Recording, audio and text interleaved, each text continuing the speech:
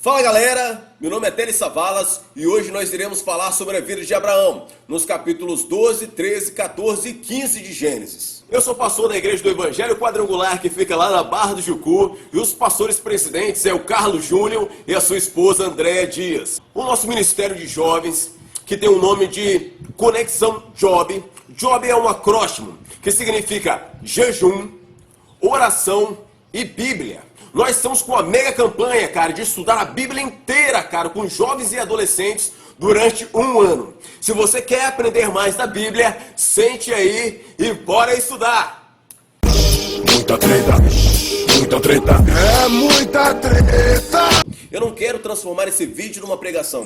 Eu quero pegar alguns pontos que são interessantes para instigar você a começar a estudar as escrituras de um modo sério. Hoje as pessoas estão passando 4 horas no Facebook, mas não passam 4 minutos lendo a Bíblia. Se pergunto para esses jovens de hoje em dia, eles não sabem recitar 2 versículos de cor. Então o que nós precisamos para essa geração, para essa juventude, para essa mocidade, para essa galera, cara, do Espírito Santo, do Brasil e do mundo, é que as pessoas sejam estudantes da palavra do Senhor. Porque a Bíblia ensina a pensar e não somente a obedecer. No capítulo 12 de Gênesis, Deus já faz dizendo: sai da tua casa, larga os teus pais, que eu vou te mostrar uma terra. Deus não fala qual é essa terra, mas Abraão descobre ao passar do tempo que essa terra seria Canaã, a terra então que mana leite e mel, a terra prometida. Deus faz a sua escolha, predestina Abraão a fazer os seus desígnios, os seus propósitos. No primeiro momento, Deus fala com ele que ele iria se transformar nele numa grande nação e que fará dele uma bênção. Terá é o pai de Abraão. E também iremos conhecer o seu sobrinho Ló. Você vê que em nenhum momento a Bíblia cita Ló como se fosse uma pessoa de oração, que busca, comprometida com a adoração. Você sempre vê Ló envolvido em apuros, envolvido em conflitos, envolvido em tantos problemas. Abraão era da terra de Ur dos Caldeus. Também passou um tempo em Harã. Capítulo 12, Abraão saiu da sua casa e foi até o carvalho de Manrê.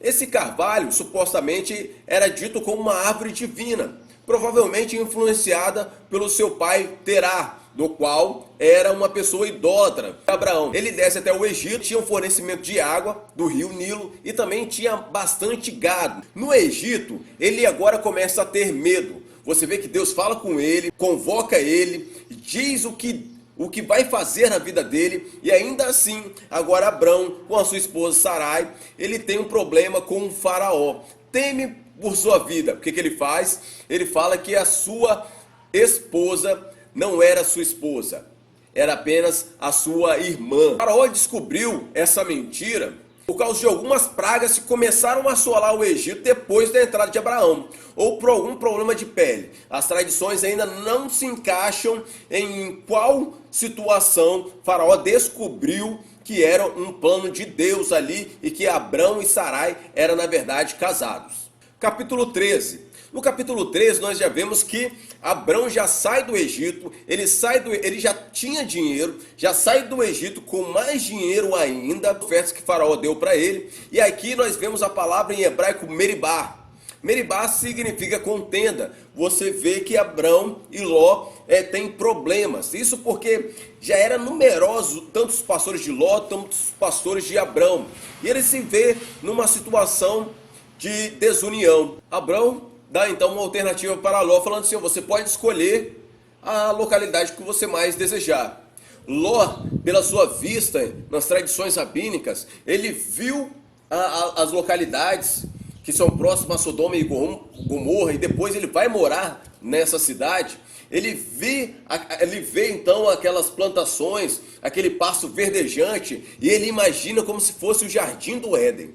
Faz a sua melhor escolha, que ele entende entre aspas falando, e deixa Abraão com a região do deserto, a região da terra de Hebrom. Capítulo 14. No capítulo 14 nós entendemos aqui que é a primeira menção de guerra. Abraão, além de ser rico, abastado em abundância de ouro, prata e gado, também era um mestre, um exímio estrategista de guerra.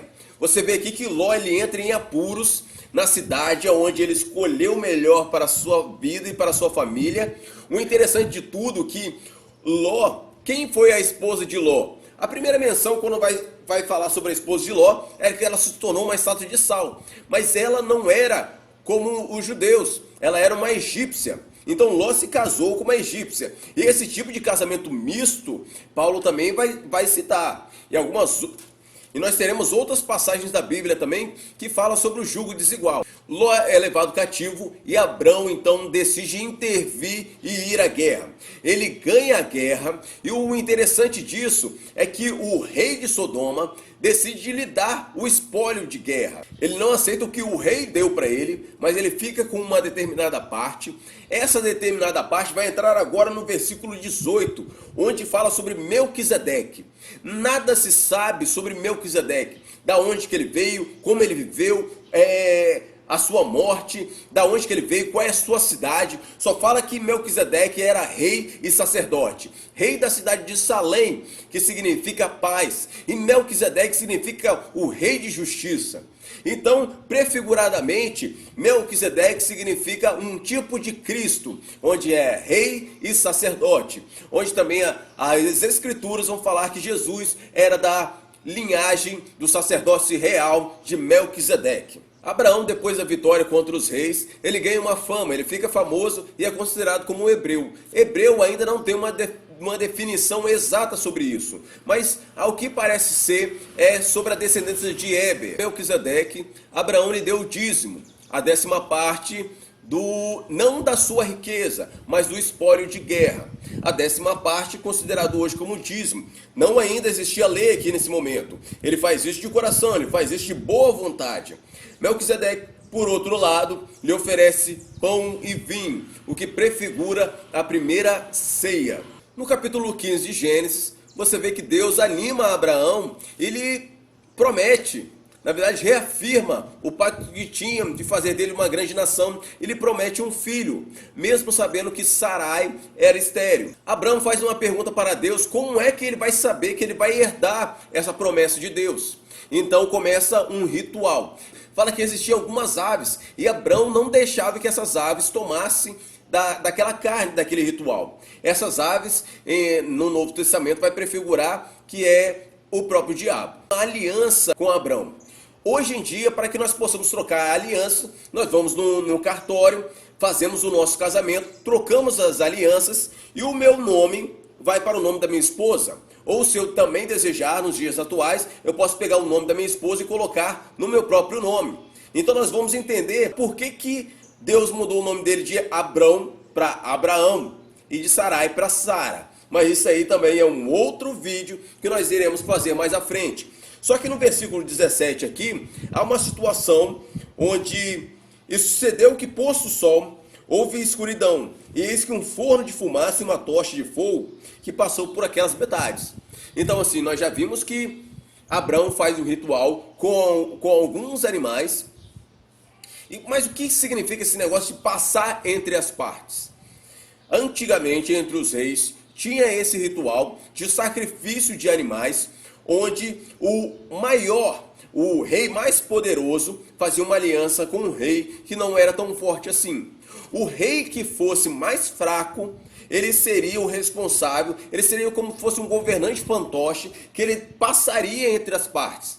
Nesse caso, ficaria 70 a 30 ou 60 a 40. Então o mais forte dominava e o mais fraco seria submetido às regras.